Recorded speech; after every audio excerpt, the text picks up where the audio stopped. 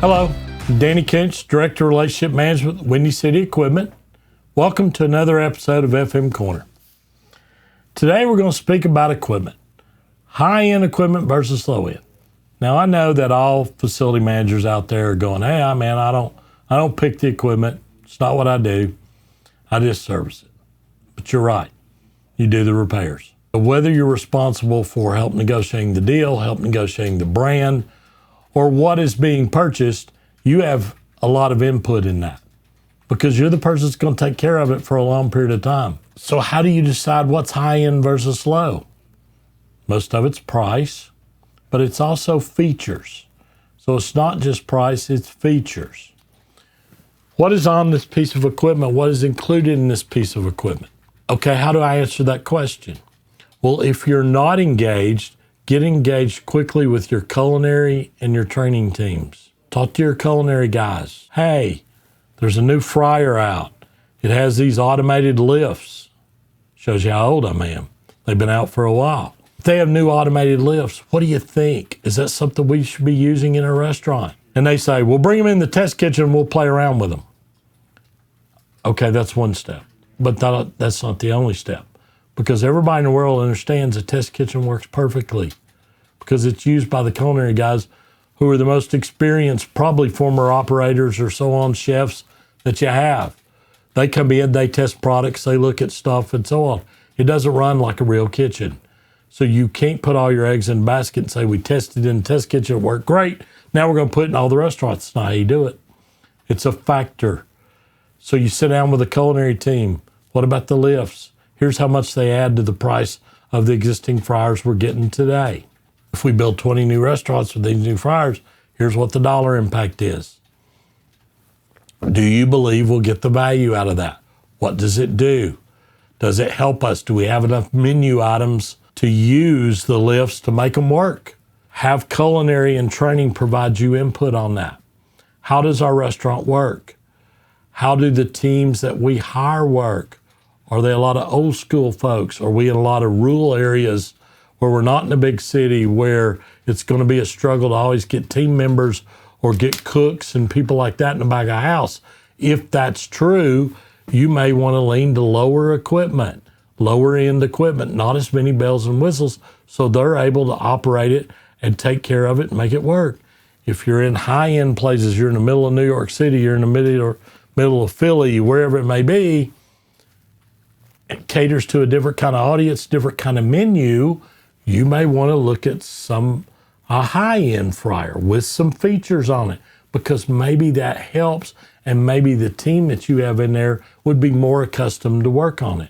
The worst thing you can do is buy all the bells and whistles for a particular product and then you go out in the field and look at it and those automatic lifts that I thought would be great are all turned off.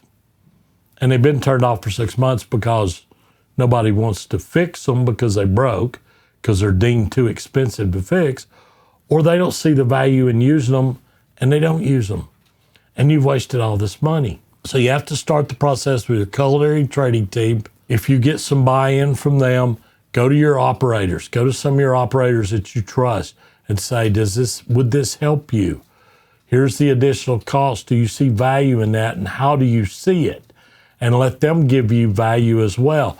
If all those things tend to be a really good idea, go to the people you report to and say, "I really think we should be looking at this particular fryer or this particular kind of oven because it has some things on it that I think would be beneficial for us." Here's the other part. In that same conversation, which probably is to your boss, which is a VP or a financial person, you also got to have in your back pocket, how am I going to pay for that? Okay, by doing this and adding features to the fryers, that cost will go up. However, I tried a couple of features on a refrigerator and it didn't work. Maybe I put something inside the refrigerators that sent me a text every time it went out of temp. And what happened was those didn't work very well. And so there was a lot of failures and a lot of text, or every time they opened the door, I got a text because the temperature dropped, which defeated the purpose of what I was trying to do. Maybe that idea goes away and I lower the cost of the refrigerators And by doing that, now I found a way to pay for the automatic lifts that I may want to put on my fryers. So you got to have not only here's what's a good idea is, here's how I can come to pay it. But it comes down to how does your restaurant run? What are the team that you have in the back of house and their capabilities by upping the higher end on the equipment side, paying more for that? What is the bang? If I buy a higher end refrigerator, am I going to get 10 years out of it versus 7?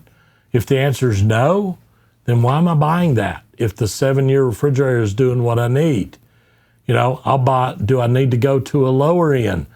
We use a toaster, but we only toast bread, but we only sell a minuscule portion of bread.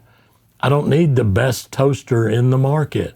I need a lower end toaster that when it breaks, I can throw it away and buy another one, and it's easy. So evaluate what's on your menu, evaluate with your culinary and your training teams what's important, and have operations and everybody else do the buy-in before you ever present that. And what is your company? If you have open kitchens and the customer or the people sitting at the bar look straight into part of your kitchen line, you may opt for a more high-end equipment piece because of the visibility and what it looks like. You have to take that in effect too. But if your whole kitchen's in the back, your customer never sees it. So who cares? It doesn't matter. Take all those things into play before you decide, am I going to do high-end equipment? Am I going to do low-end equipment? Or am I going to do something in the middle where I may have a couple of high-end pieces because it really provides value for my teams, and I match that also with low-end equipment because the need is not there. You decide as a facility manager which works best for you. That's it for today. Thank you as always for listening. If you have any feedback, certainly welcome anything that you could pass along. Until next time, thank you.